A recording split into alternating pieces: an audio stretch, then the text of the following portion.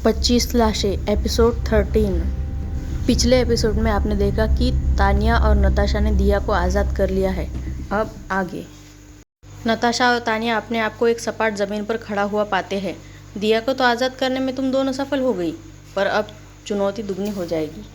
ज्ञान और बुद्धि दोनों का अब प्रयोग करना होगा। सबसे पहले मैं तुम लोगों को से एक सवाल पूछूंगा। अगर उसका जवाब तुमने तीनों प्रयासों में सही दे दिया तो तुम लोग आगे जा सकोगे और मुख्य चुनौती का सामना करोगे। पर सवाल पूछने से पहले तुम्हें नियम बता दूं। तुम्हें प्रश्न का उत्तर देने के लिए 3 अवसर मिलेंगे। तुमने पहला उत्तर गलत दिया तो तुम्हारे आसपास की ज़मीन खाई में बदल जाएंगी। तुमने दूसरा उत्तर भी गलत दिया तो उस खाई में लावा भर जाएगा। अगर तुमने तीसरा उत्तर भी गलत दिया तो तुम उस लावे में गिर जाओगे और जो लोग पहले से उस लावे में गिर चुके हैं उनके भूत तुम्हें खा जाएंगे।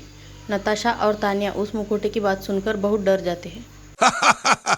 मैं तुम्हें एक उदाहरण दिखाता हूँ। मुखौटे का एक चेहरा अपने मुंह से किरण छोड़ता है और तानिया और नताशा जिस जमीन के टुकड़े पर खड़े होते हैं उसे छोड़कर आसपास की सारी जमीन खाई में बदल जाती है। ये क्या हो रहा है?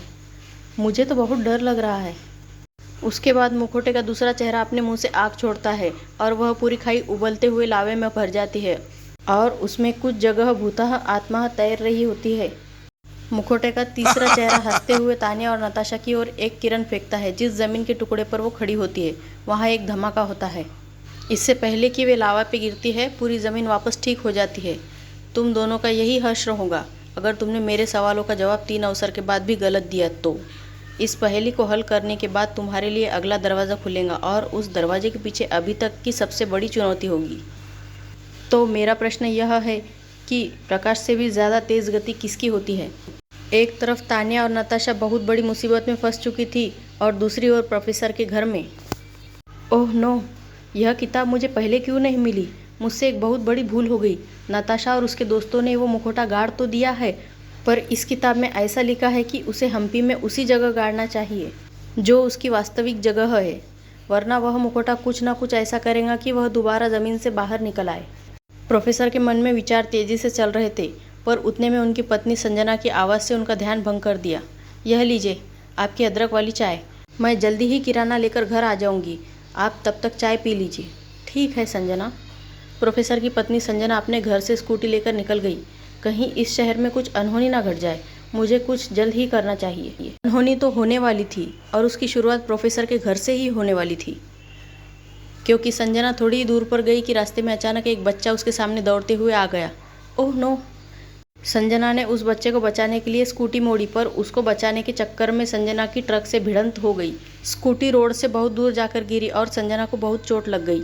उसका बहुत खून बह रहा था और वो बेहोश हो चुकी थी। अरे, वो ट्रक वाला भाग गया। मैडम को अस्पताल ले जाना होगा। इधर नताशा और तानिया अभी भी मुखौटे की दी हुई पहेली में उलझी हुई थी। इसका जवाब आवाज़ होना चाहिए क्योंकि आवाज़ प्रकाश से भी ज़्यादा तेज़ होती है। जवाब गलत होने की वजह से मुखौटे का पहला मुंह खुला और वहाँ की सारी ज़मीन खाई में बदल गई। नहीं तानिया, नहीं। अरे तानिया, ऐसे बिना विचार विमर्श किए उत्तर मत बोल। मैंने ये सवाल पहले भी कहीं सुना है। वो मुखौटा भी कह रहा था कि इस चुनौती को पार करने के लिए बुद्धि के साथ साथ ज्ञान भी चाहिए होगा। मुझे लगता है कि हमने यह रामायण या महाभारत में पढ़ा है। ये मुखौटा भी वही प्रश्न कर रहा है। ये सवाल भी किसी यक्ष ने पांडवों से पूछा था। फिर सोचा क्या था इसका जवाब? मुझे लगता है इसका जवाब अंधकार है। इसी के साथ मुखौटे का दूसरा मुंह खुला और तानिया नताशा जहाँ खड़ी थी उस जगह को छोड़कर वो पूरी खाई लावा से भर गई।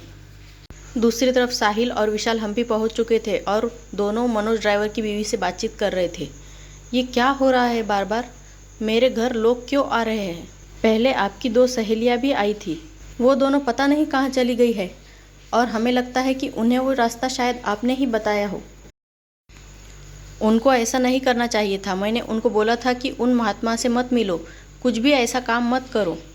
प्लीज़ हमें बताइए उन महात्मा तक कैसे पहुंच सकते हैं, क्योंकि हमें अपने दोस्तों को बचाना बहुत ज़रूरी है। यहाँ प्रोफेसर जैन को हॉस्पिटल से फ़ोन आया।